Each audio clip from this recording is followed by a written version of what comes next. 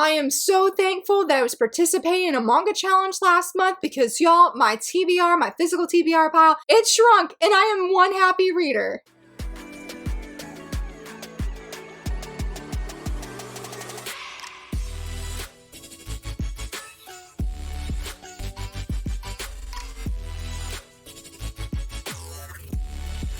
Hello friends, happy Friday, so very excited that you're here. We're going to be talking about everything I read in the month of September, which was 33 different volumes. This includes digital, this includes manga, and this includes manhwa. It was an incredible month, and I just want to say, unlike last month when I did my reading wrap up and my excitement, I feel like I didn't break up my timestamps really well because I didn't do my sections of my like publisher. This month I did. I remembered, friends, I remembered. So just like sliding that in there because I think it was like near the end of the video when I realized that. But yeah, I honestly feel, looking at my list that I have here, because I haven't put in my reading journal just yet, but I really loved everything. I don't think there was one series that unfortunately I did drop, but there was a drop series that I came back to, really loved, and actually debating if I should do a video review on it because I want to show that my feelings changed because it was a really big thing. But let's rewind and talk about the webtoons and the digital stuff that I read last month. I am back on my webtoon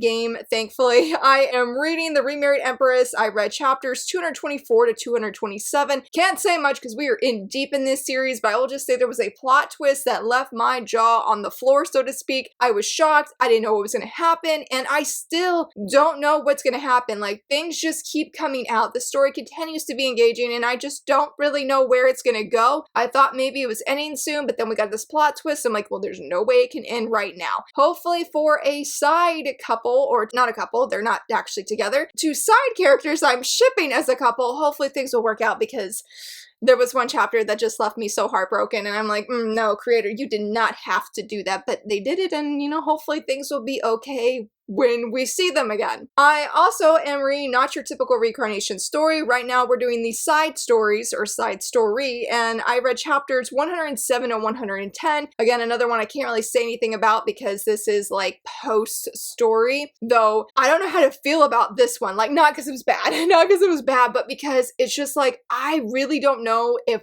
we, the reader, should trust this character that we're getting to know. At least I know there's one new chapter that I haven't read, so I think that would be 111. I haven't read that one yet. But before that chapter, I'm like, I don't know if we should trust this person. Everybody's saying she's a good guy, but is she a good guy? Is she sort of not framing and not blackmailing, but sort of like, if you don't do this, then this will happen kind of thing? Not necessarily anything bad, but it could lead to bad. It's a little bit fishy, and so I really don't know what to feel there, but it's been some really fun and interesting shenanigans. Really glad that we're getting this post-story with the side characters. Hopefully the previous side story had a very wonderful, fantastic, happy ending. This one, I'm hoping that it will. I'm really hoping that it will. If it doesn't, I'm gonna like cry a little bit inside. And then the only like full digital manga I read was volume 4 of The Margrave's Daughter and the Enemy Prince. I buddy read this with my friend Gira, and so the funny thing is, I actually have volumes 1 through 3 physically. I've enjoyed the series, but budgeting has been a problem, and this is one of the series I sort of felt I didn't know if I wanted to continue physically or if I'd just rather read it digitally. But then we read this volume, and I don't know. I'm still having the budgeting issues, but like, I really enjoyed this volume. I feel like our female lead is just, man, she's so cool. I feel like it's already been established, like, earlier in the series, honestly. But the way she handled things, especially this one person who was more or less acting like a bully to her, at least in earlier volumes, and then how she talked to this person in this amazing way and even reached out to befriend them, spoke so much of her character. Though we find out that some really bad things are happening, I don't know what's going to happen the next volume either with this series, and it leaves me concerned for several characters, especially since the male lead, I'm not sure how to finish that sentence, but there's a side character that finds out things about the male lead, and how he has been interacting with the female lead, and I'm like, like, I want that character to definitely have like a redemption arc, because I think they've just been forced into this horrible situation where they're just being used as a pawn. And while I feel like they are not being the best of characters right now, I don't want anything, like, I don't want to see a downfall for this character either. So I feel like there's a lot up in the air right now and a lot of things to go down. There's a lot of different risks, and it will be interesting to see how things are going to move forward, because when it came to the school and there were tensions and whatnot, our female lead handled that like a pro. How all that went down was incredibly cool. I really liked it. I felt like I read this volume very fast, and I wasn't fully prepared for that. There wasn't as much romance that happened, but that was okay because things just continued to keep escalating and building, and I'm like, well, we can't really focus on the romance until we address everything else that's going on, and hopefully things will get addressed in the next volume, but hopefully at the same time, it's good things.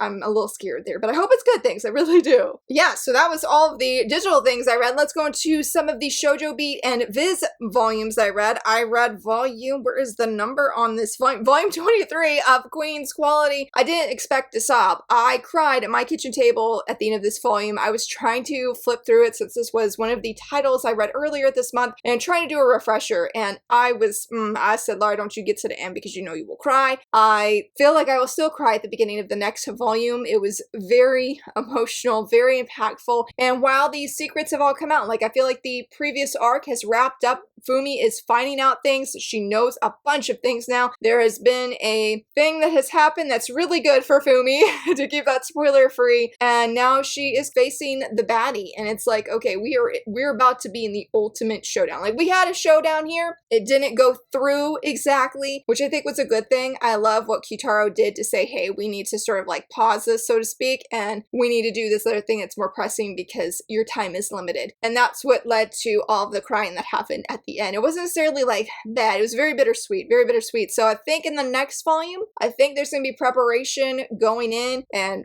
potentially having the beginning of that ultimate showdown. And it is going to go down because this baddie is just awful. I'm just ready to see him get taken down at this point. Like, come on, Fumi, lock in. I mean, she's already locked in. Everybody's already locked in. This baddie thinks he's got the one upper hand. No. No, you don't, buddy. No, you don't. No, you don't. At least we definitely saw how he does it in this volume. So looking forward to see what happens next. Not looking forward to crying probably once again, though. I also read volume 3 of A Star Brighter Than the Sun. I'm a little conflicted about getting the next volume. Now, hear me out. Not because I didn't like this volume. I loved it. These two are so precious. It's just the slow burn is very slow burn right now. And I feel like it's very obvious that these two are going to be a couple at some point. I just don't know when that's going to be, but I really love these characters. It's not like one I'm going to drop and then never think of again. It's more of like I might have to put it on pause of collecting more volumes for a little bit in more pressing series that I'd rather get instead, especially since the anime is coming in. I think it's tomorrow, I believe, and I'm really excited. So I feel like the anime is going to help me sort of gauge of what I want to do, because I love Sei. I truly loved how there was one moment she took such a bold stand for her friend. Like, girl, yes, that was awesome, and it just spoke so much about her character. Honestly, one thing I really am enjoying, especially about this volume, and I think as volumes go on, is these two seeing themselves as teenagers, not seeing them, the other person, through the eyes of when they were a young kid. I think Koki really, he's sort of made it known thus far that he wants Sei to view him as a man, but he is very direct near the end of this volume of saying, what's it sort of take for you to view me as a man? Like, not even as a romantic crush. I mean, we know that she does have a crush on him, but just as a man, somebody that she can see as an equal, rather than this is a guy that's still a kid in my mind and I need to sort of protect or take care of. I really love the development that's coming from that, and I definitely say there was some romantic development that was super sweet, super wholesome, super precious. They are two little precious little beings, and so I am very much looking forward to the anime and hoping everything works out. In December, I can get the next volume. Why is December so stacked with manga? I don't know, but oh, there is an interloper, and I'm in this interesting predicament where I'm shipping these two very much. I do, though, like this interloper a lot. I think he's pretty great. And so I'm like, that's gonna pose a problem for me, and definitely a problem for Sei, but hopefully it won't get too dramatic. Surprisingly, we actually have 2 different shonen manga that I read last month, and that's Kaiju number 8, volume 14. The stakes keep getting higher and higher. I know we're near the end, but we have 2 volumes, and I'm so thankful that I don't actually know the spoilers to this manga. Yeah, it feels pretty wild and bizarre since, yeah, it is a Shonen Jump manga, and usually every Shonen Jump manga gets the ending spoiled in some fashion or some way. Now, I have heard several people react to the ending, but nobody has said this is how it ends. And I'm like, okay, let's go. Thank you, community. But yeah, I love how things sort of circle back between Kafka and Mina. Totally epic of proportions. Like, I loved it. I was thriving. I was on the edge of my seat. It was fantastic. But with Kafka, there was some questions raised about what he's doing. Not necessarily like, is he a bad guy? Because no way is he a bad guy. I mean, he's fighting the ultimate kaiju right now. He cannot be a bad guy. But there's concerns about his body. Where it ended, those questions are unanswered, and they'll definitely be answered the next volume. And because I don't know the ending, I don't know what's going to happen. I'm like, is this going to be a super happy ending? Like, this volume ended on such a great note. But at the same time, I'm like, is it going to continue that? I don't know. I believe volume 15 is up for pre-order. Pretty sure I have it pre-ordered already, or at least I know it's in my pre-order list, and I know that I could go online and just finish up these last 2 volumes. But I'm just loving reading this physically so much, and I'm gonna be so sad when it ends because it's just been such an incredible journey and adventure, and I'm truly thankful that things are winding down in the sense of it's seeming good, successful, and hopefully it will be. Why am I ending these? Like, we've only done a few features and I'm like, I hope it ends well. I'm like, yes, apparently there's just a lot of unanswered questions and concerns, and this one definitely has a huge concern for Kafka that I really hope everything's gonna be okay. Though thankfully for this one, it was okay. And that's Haikyuu Volume 4. Nobody is like, their lives are at risk. No, that's not happening. The only thing you gotta worry about is, can you get that ball over the net? Which was a major concern for Hinata in this volume, because Nekoma is like their ultimate rival, their ultimate match kind of thing. I'm trying to remember if the other team is, anyway, ramble aside there. They are one of the ultimate rivals, and I really, really love everything about this volume. There were so many pictures that I took because of how much joy it brought me. I deeply love being back with these characters, and I'm like, Laura, you waited so long. You procrastinated so long, and then you read it, and you were like on cloud 9. So yeah, I gotta get back on that Haikyuu hype train again and complete my reread before the year ends. I don't think that's realistic at this point, but hey, I'm loving the journey, loving being back with Nekoma, the introduction that we have, seeing everybody shine. It was fantastic, and I can't wait to read the next volume, or reread the next volume. Next up is Kodansha, and I read 4 different series, or 4 different volumes, excuse me, by them, and with the first one being Blade Girl Volume 2. I really, really enjoyed this volume. I have a first impression of Volume 1. I very much enjoyed it. I felt a little bit on the fence if I was gonna like continue to love the series, mainly because I didn't know anything about it, and I don't know why I felt that concern, because man, this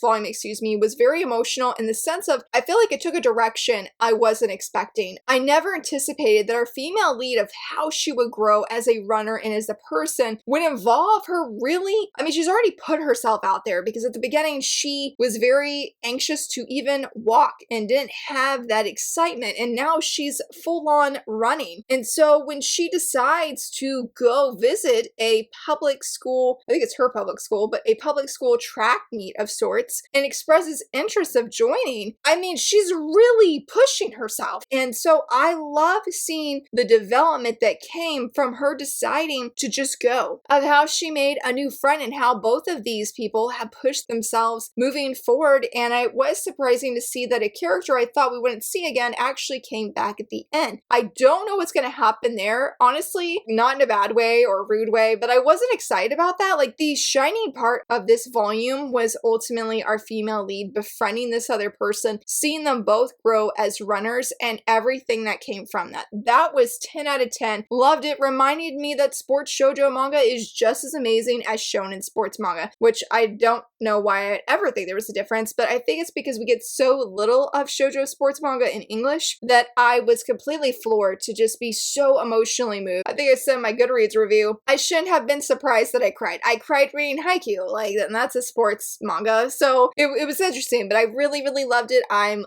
eagerly looking forward to volume 3, even though I'm sad to know volume 3 is the last volume. I truly hope that it won't take a super long time for us to get those volumes in. We need volume 3 of Love That's Interesting and then Blade Girl volume 3. Like, hopefully, maybe before the end of the year. That'd be really great because I want to know how it ends and I want to read it physically, not digitally. Now, honestly, I feel like the big thing that I read this month that was very shocking to me, I mean, there's one other title that I could see in the corner of my eye that was also shocking, but I came back to fall in love, You False Angels. I've had volume 1. I have a first impression of volume 1. Maybe I shouldn't have linked it in the corner, but I do have a first impression. And if you watch that video and if you've seen my Goodreads review, then you can know that I just thought it was okay. I wasn't overly hooked. I love the art, but I was really, really struggling with our female lead. I didn't like how I felt she was being very fake. I wanted her to be her real self. But a friend of mine shared a spoiler from the Dessert magazine because she is reading the magazine. She's cool and able to read Japanese, so she could read ahead of all of us. And anyway, she shared a spoiler in my Discord. Don't worry, she marked it so you had to click on it. And I was like, well, since I'm not reading the series, I'll go click on it. And then I was like, oh my goodness, this is like the best spoiler you want to see. And so I went off and I bought the other 2 volumes since I still have not gone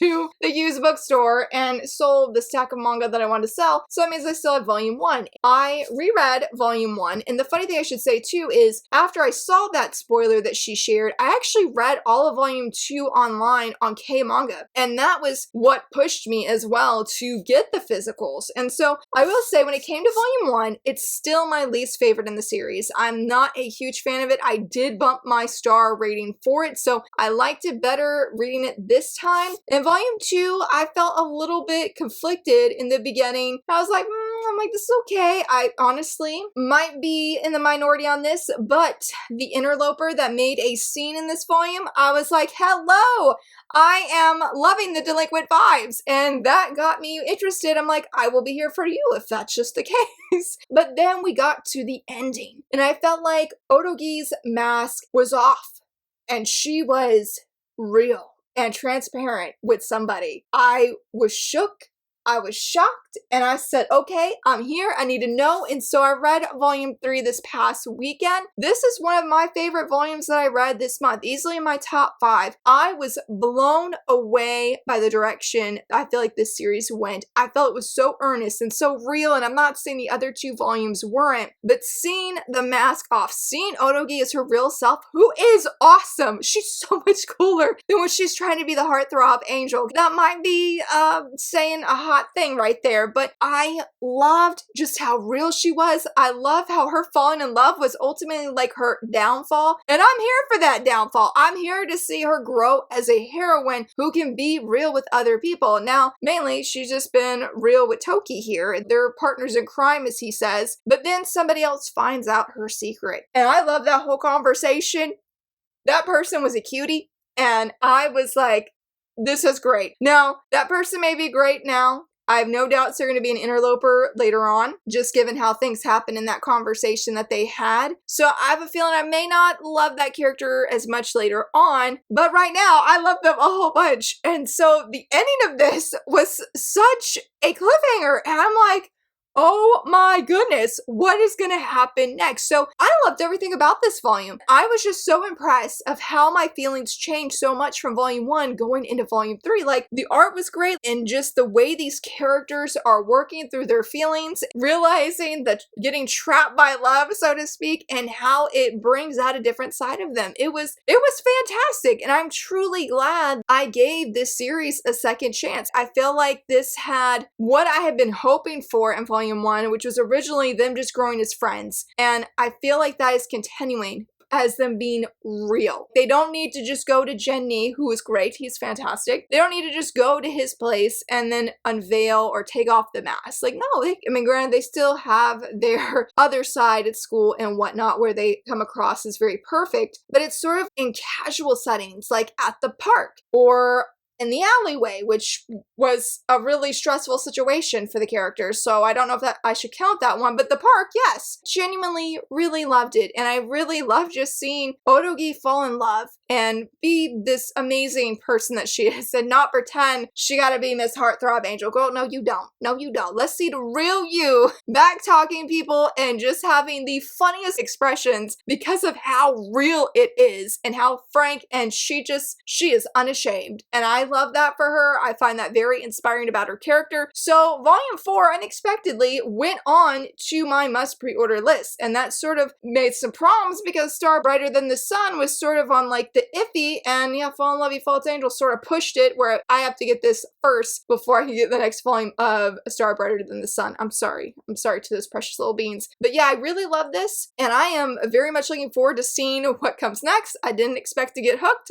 but here we are. Now we got some Yen and IZE Press titles, with the first being The Failure at God School Volume 2. I was really shocked how invested I was into this volume. I read it way too fast. Like, there's so much action that happens. Like, I felt that Volume 1 had some good action. We're having this, I must say, like a fall festival. No, it's an event. I forget exactly what it's called, but they have to go out and use their powers, and they have to get stamps from different teachers, and they have to do it in a certain time frame. And things are looking awesome for them, like for the whole team here that Nagi's on, and they're like, man, we're gonna get this. And then they get to the last teacher, and they find out something that changes everything to the point where they're like, we might not make it. What comes next after that was so incredible of Nagi's character. She is so incredibly inspiring, gives me goosebumps thinking about it, because she could have panicked, she could have berated herself the way that this guy sort of made her feel, but shout out to my friend Danielle, because she gave me a warning and I took that warning to heart. And I forget what volume it was, but I know that she told me, she says, you may hate him now, but don't hate him forever.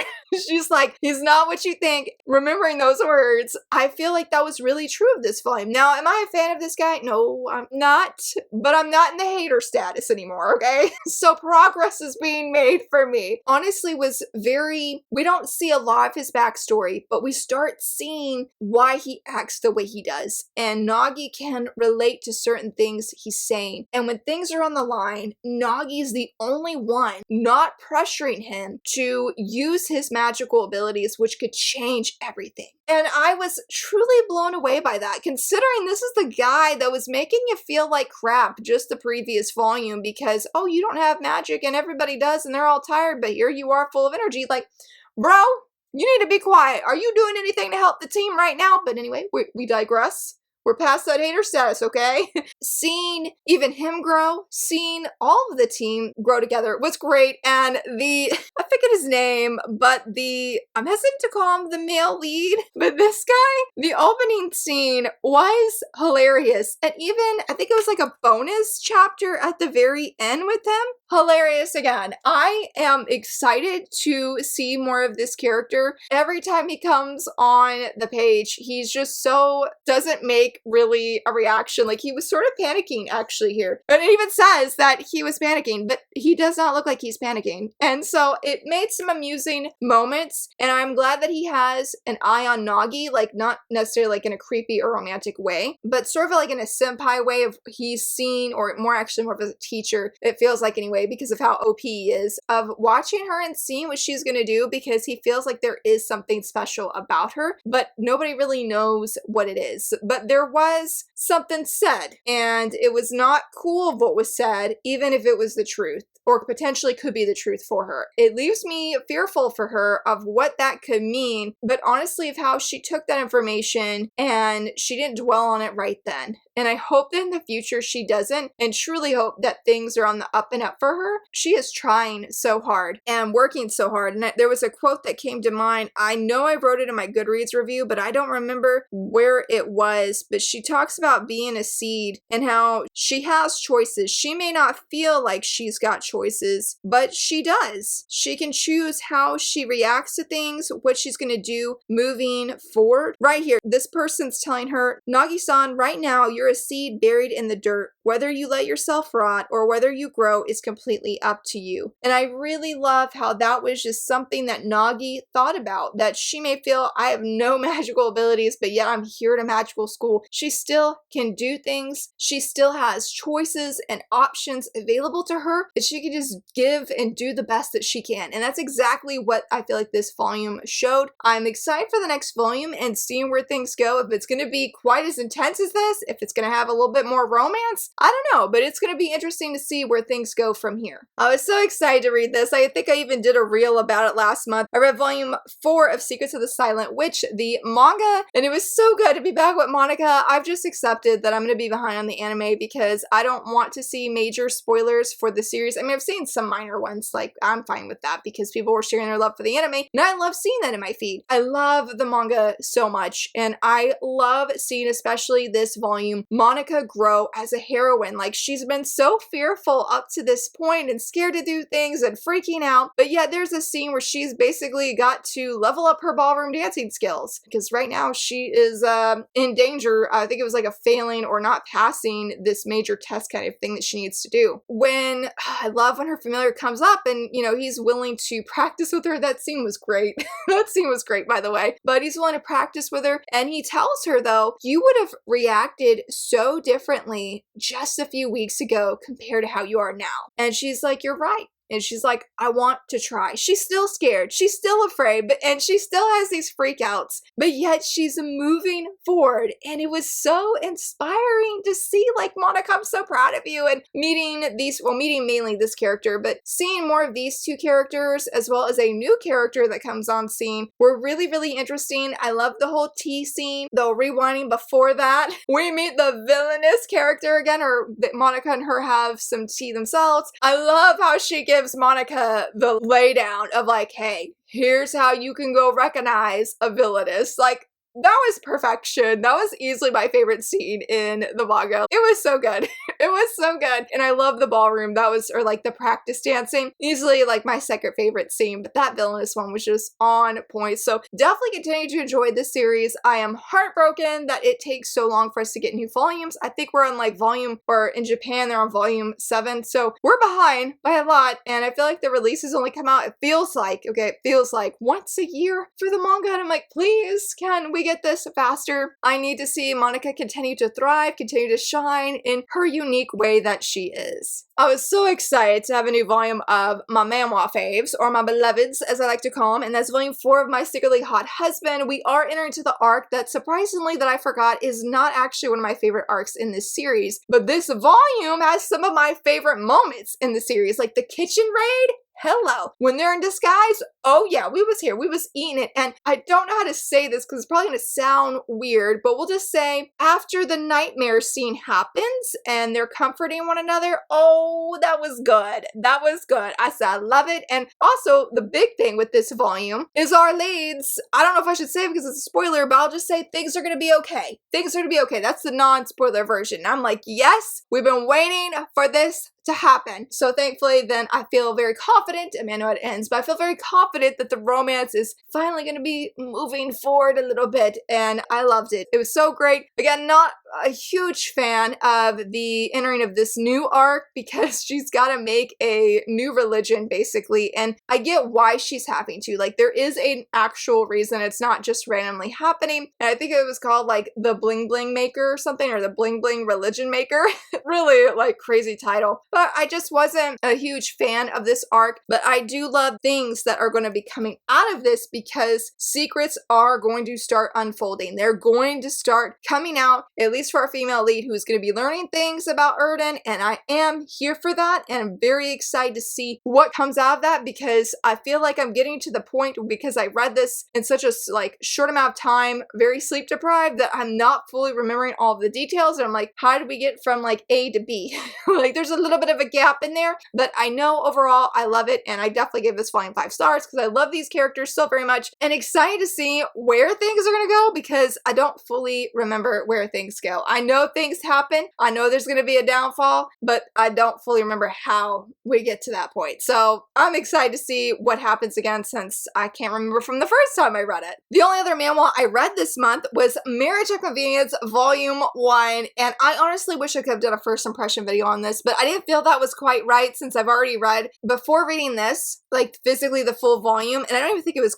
quite all of it, but it was at least several, we'll say up to like, yeah, I think it was like chapter 10 or chapter 11. I've read it twice, so I felt like I couldn't really give a first impression since this, yeah, would not be my very first time, but I loved it. Being back in this story was so exciting for me. I forgot how strict Bianca is on those around her and how she is just her adamancy here that she is gonna have this Maldives baby. It's honestly what sold me because I did see a friend said she didn't really like Bianca, and honestly I forgot the very first time I read this series. I didn't either. I loved everything mainly but Bianca. I didn't hate her. My friend didn't say that she hated her, but she was not my favorite. But coming back and seeing how she is slowly becoming more emotionally open and just braver in general was deeply satisfying to see. And honestly, I love how this volume had quite a bit of humor woven throughout. I did not remember that. It was great. I love the art and how they brought that humor, giving us some good peak humor there. It was really fantastic. And I love seeing that there's going to be a new arc of how Bianca's going to make even more changes, because up to this point, it just felt like Bianca's like, I just got to have this man's baby and everything will be fine,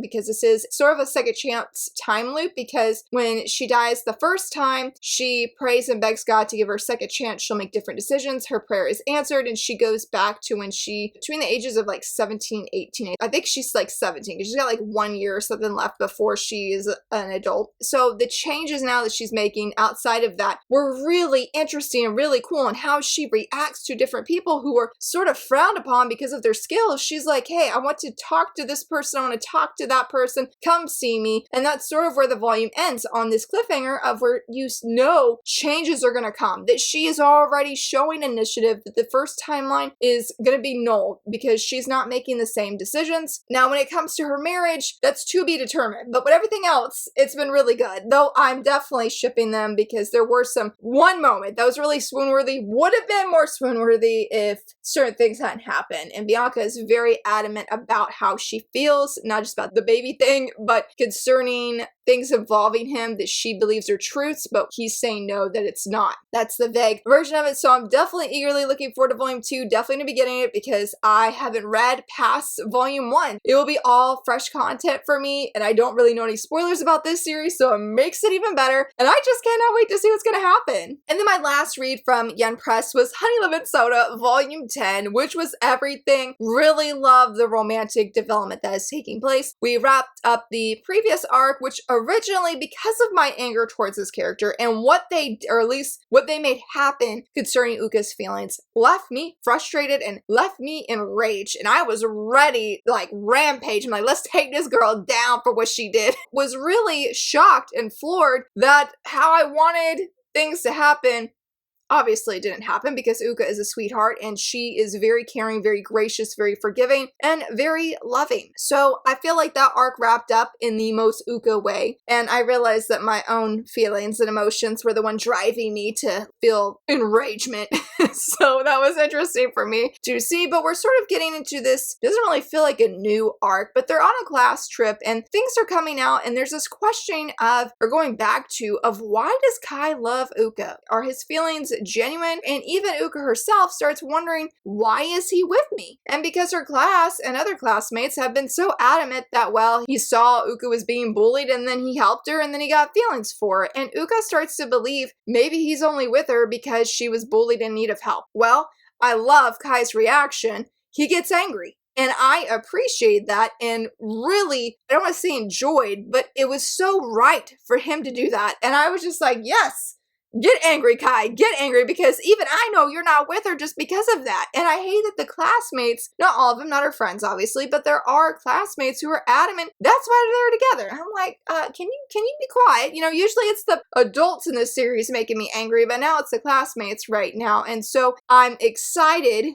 to see where things are going, because that question is getting explored. It's getting answered ultimately. Also, there's a side ship that is sailing, and I am 100% on board for that. I said, okay, I didn't expect that. This is great. This is great. Really love this volume. Was like, okay, we got some things happening at the end. I'm very curious, and I can't wait for volume 11. Going into our amazing 7 Cs, because I feel like I usually read the most from them, and that's definitely true for this month. I'm not going to say much about this series because I did a review, and that is Tiger and Dragon volumes 1 through 4. I shared more about this in this video here, a review of, really? This series surprised me. I loved it so much. I had a great time. What, volume 3 is the turd incident, as it is called, and I've never seen anything like that in shoujo manga ever. I don't know if I'll ever even see it again, but it was a blast. I had a fun time, and shout out to my friend Danielle for gifting me the first 2 volumes for my birthday earlier this year, and Coco, who also was with Danielle, of like separately, they're pushing that agenda for me to read it. I'm very thankful that they did. This is a series I'll definitely come back to, and even when I was flipping through, it just made me happy. It's definitely a love triangle, so, you know, be aware. It is crazy shenanigans that you're like, okay, let's just turn off our brain, enjoy the shenanigans, and have a fun time, and I think it did that very, very well. Look forward to rereading it eventually. This volume made me debate if this was my favorite read of this month, and that is volume 3 of Choking Out Love. I was like, oh my gosh, it's just getting better and better and better. I'm loving the romance so very much. Hibari continues to be a very relatable character, and I loved how she opened herself up to Gaku, realizing she needs to communicate a little bit better, and Gaku could definitely probably communicate a little less weird.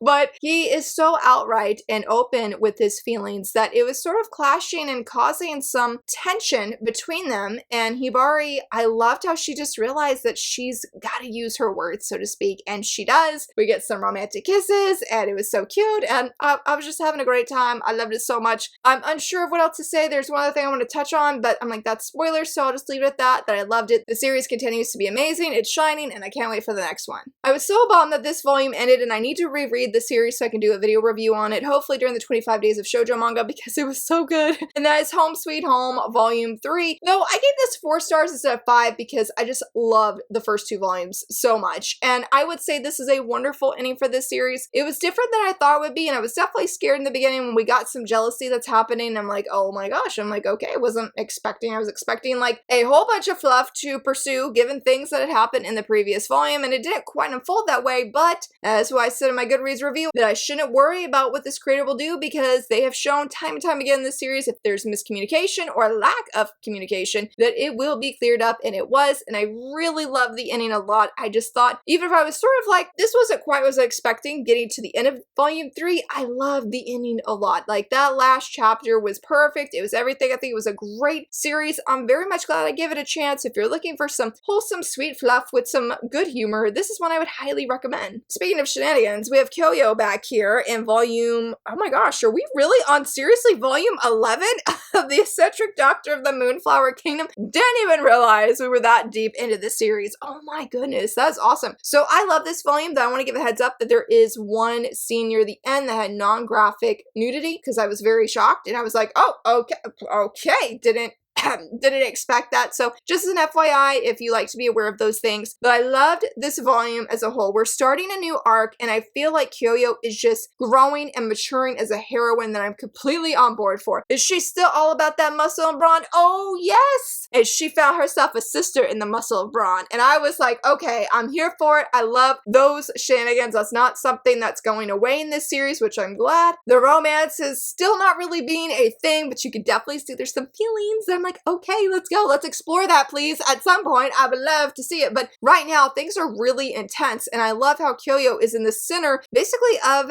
the inner court, basically, with the Empress and stuff. And how there is this new fear, intensity, concern, and I have so many questions of what is going to happen. Like, this is a new instance or case for Kyoyo as a doctor where she's not able to do things the way she has before. One of them being how in the world do you get close to a major person in the court if they don't know you and they're leery of not only you, but other people around them? Like, how is she supposed to give an actual diagnosis to somebody who is sick, at least has some kind of sickness? And that's what they're trying to figure out. So I really love how she is trying really hard. I loved her motivations were different this time. Like, yes, let's go. Our poor male lead though. Again, I love all the muscle stuff with her new friend that she has made. It was a very, very good volume, and I'm very curious of where things are going to go. Like, I need to know what Kyoyo is going to do to help this person, and if this person is going to be okay, because there's definitely more at stake than just stuff with politics. It seems to me her health could be genuinely on the line. So yeah, it was good. I really, really loved it. Sorry, I think I said that like 2 or 3 times, but I just continue to be really impressed and surprised with how much I enjoyed this series, considering we're 11 volumes in deep. Didn't even know it. Every time I get a new volume, I'm like, let's go. I'm ready to see the shenanigans, but there wasn't as much shenanigans this time. I am so worried. What is her name? For the guy who's sort of like her brother, I am worried about him. I don't know what he's gonna do, but I hope he's okay. We see somebody cause some interference, not in a romantic way or anything, causing some triggering memories, I think, for him. And I'm like, please,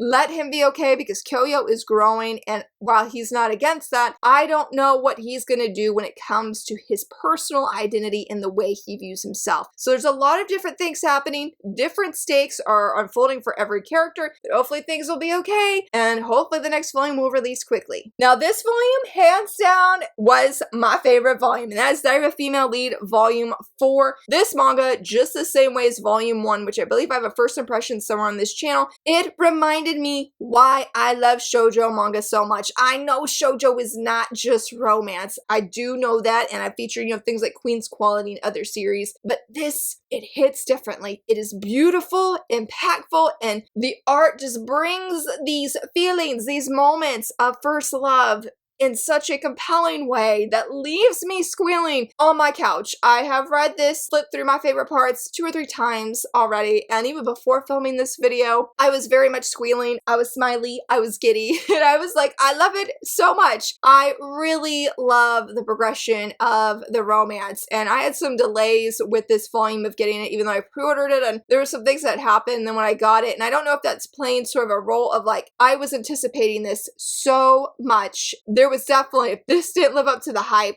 I would have been devastated, really crushed. But it did, it exceeded that. So I cannot wait to see where things are gonna go. It is gonna be good, I have no doubts. I feel like there's gonna be a little bit of focus on our female lead's brother, which I'm here for, but you need to stay on these 2, please, at the same time. I need more of them. It was fantastic, I loved it.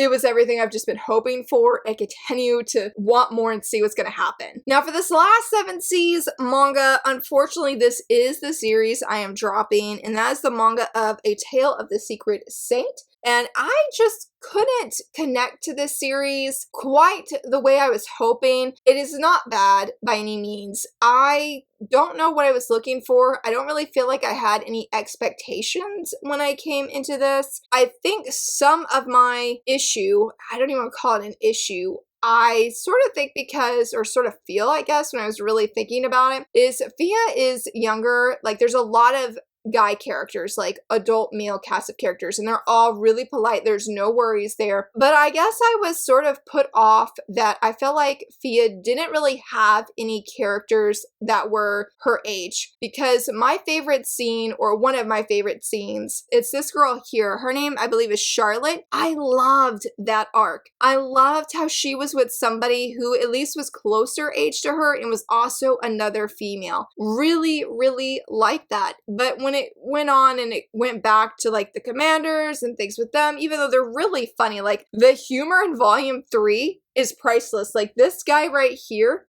he is a hoot. He is great. Sorry, he is just really funny though, and I did like him, and I liked several of the characters, and I like Fia as well. But I don't know, after things happened with the dragon in volume 4, I just was like, I don't feel as invested, as interested. Now, I would like to give the anime a try. I feel like this is actually probably a story I would enjoy better via anime, and I have tried to go back and, see if my feelings felt differently. Even flipped through some of the other volumes because I had up to volume 9, I think it was. But yeah, it's a series I'm not going to keep in my collection, though I will say I think it was volume 2, her one-packer her one-pack when they're talking about abs was hilarious. I laughed a bunch during that scene. That was my favorite scene in the series. So there were some highlights, and I feel because I did overall like the cast of characters, just wasn't really hooked on the story. I was more interested in her past life than things in this timeline, I guess you would say. So I'm gonna wait for the anime, give it a try then, and see if my feelings feel different, because there is some good humor. Just wasn't a story that I connected with the same way I was hoping, but I'm glad that I did actually finally give it a try, and I have no regrets because I think I bought volumes like 1 through 6 for like $30, which was an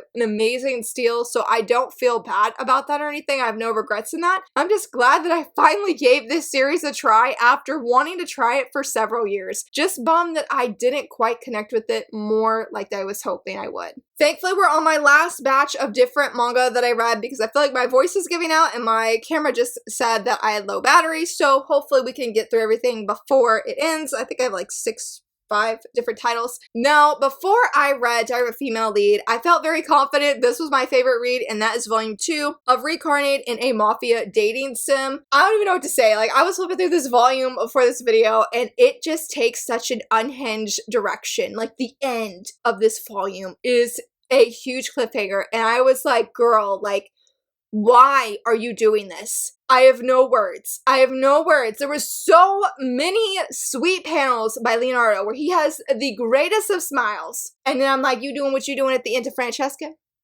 Like, I know you love this woman. Like, I feel it's very obvious. Even if Francesca believes they're just lies, I think it is obvious that he genuinely does care for her. He doesn't want other men looking at her. He's very protective of her. And Francesca doesn't exactly see that. And I feel like with what's happening, I'm like, Leonardo, how's she supposed to see that now? Like, what you gonna do now? What you gonna do now? And I just hope she's okay. I just hope she's okay. And I will say, since it's a, like, non-spoiler thing, this character right here, who was supposed to be originally one of the love interests, y'all, does he not look like Sebek's cousin from Twisted Wonderland? So many times! Right here, too! Look at him! He looks just like him. He's got that grumpiness. He got those eyebrows, as Leonardo said. He's so angry, they're almost touching. Oh, I loved his character. I feel bad because every time he came on page, I was having the time of my life. I was like, I know he's angry. He's making some valid points, but I'm like, dude, you're Sebek's cousin. That's just in another manga. Like, you're so great. I can't say I was probably like the huge fan of him, but because I got that whole Sebek's cousin, oh, I liked him a lot. I liked him a lot. So maybe that's like contradictory in that sense, but he kept me going in the beginning with the smiles of Leonardo and then the fear factor at the end. Y'all, I just need volume 3. That's all I can say. I just need volume 3. And I need to see what's going to happen, and I hope everything's okay. This was still really, really good, so easily in my top 3 favorite reads of this month. I mean, before Diary of a Female Lead, like I said, it was number 1. So hopefully that says a lot, even if I can't really say a lot, even though it's really scary of what's happening right now. This was not my favorite volume, considering I've deeply loved the series thus far, and that's always a catch. How I Punched My Way to Marrying a Prince in Volume 4. I also have a first impression of Volume 1. Here's the thing. Well, my view has changed, because originally when I read it, I was like, okay, this is great, but I came for the romance. My expectation was the romance, so that's why it wasn't my favorite volume, because I'm like, romance, it was happening in volume 3, give it to me now, what's some more volume 4? It was there, like, the ending, more than made up for it. More than made up for, I felt, was the lack of some romance. Oh my gosh, it was so sweet, it was so cute, it was perfect. But the funny thing is, it focuses more on, is he the brother? I've been calling him the brother, but I can't remember if he's the brother or the cousin of the male lead. He had more focus this volume, and I wasn't overly a fan of him, okay? And I just sort of was like, I'm like, could you just get off the page, please? But then my friend Holly, she said, you know, he reminds me of Hal from Hal's Moving Castle. Changed my whole view. I was like, I need to go reread the volume with that in mind, because he does remind me of him. And I did appreciate how we actually got some backstory with him, that we're learning more about his motivations, and maybe not his motivations, but like his actions of why he's been doing what he's doing. I did like finding that out. Even if I'm like, okay, that's great, go back, you know, to our leads here. But there were some really funny moments. I love seeing our female lead, Mimi. I love seeing her really, really nervous at the beginning. She had a lot of funny expressions. I love the scene with her cousin that she had of encouraging her cousin. That was very sweet, very heartfelt. The ballroom dancing was beautiful. I love the dancing that unfolded. They're great. They're fantastic. The ending was everything. So definitely a series I continue to love. I just want that more romance, and I'm eagerly looking forward to the next volume. It's a series that's been, every time I get a new volume, like instantly time to reread, and just hoping next time we get more of that romance. That's what my heart wants. That's what my heart wants. Now, this was a series I wouldn't say I dropped, but I sort of put it on hold because I don't know. I just put it on hold. And I don't know why I did. That is The Villainess's Guide to Not Falling in Love, Volume 4. I cried at the end of this. The storytelling is so phenomenal. There's so many layers that are happening different, like to the story, I mean, and different things are happening, and the stakes continue to get up and up. I mean, if we thought that Luciana was the only one having some things happening, no, that is not the case anymore. And Luciana is stepping in as this heroine to say, I'm gonna be the one that saves this person. But she needs allies, and she has those allies, the Black Lady being one of them. I loved him. There was so many great moments. I shared that on social media because it made my heart happy. I love his character so much. Meanwhile, no. I mean, listen, he a great guy, okay? He a great guy. But how dare you tell the Black Lily you want to share Luciana? No. Get on. Nobody got time for that. Like, no, you leave my ship alone, even though they ain't an official ship. In my brain, they're the ship, okay? If things unfold and Luciana gets with somebody else, I don't know what I'm gonna do. Thankfully, she's not really aware of what her actions do to the guys around her. You know, just saying, I love Luciana, but she's a little bit airheaded in that, okay? I'm content with just getting my little breadcrumbs between her and the Black Lily. But I said, when he stepped in, what's his name? He's the commander. When Joshua stepped in, I said, no, sir. No, sir, we ain't sharing nobody. You could go share yourself. By yourself. When we got that backstory with one of the characters, oh my gosh, my heart, it was in like turmoil. It was hard. It was so well written, and it just left me sobbing, man. It left me crying. It was very good. I forget honestly how it directly, okay, yeah, sorry. I saw one page that like put the nail in the coffin, so to speak, where the tears came a whole lot harder, so I can't look at the end, but it was very beautiful, very heartfelt. Very, very sad, but there's hope there. I'm excited to see what the journey is going to be because they know who is responsible for something. They're getting answers, and I think they're going to get answers in a potentially scary way, but I'm here to see Luciana thrive. She got this. She got this. And the Black Lily's with her, so everything's going to be okay. And now, friends, we are on the last 2 volumes that I read, which was literally, I believe, the last, yeah. Oh, you know something? Pause, rewind. Okay, I forgot to mention, there was one other digital title that I read, and it was technically the very last thing that I read, so maybe we should talk about that at the very, very end. Okay, so no rewinding.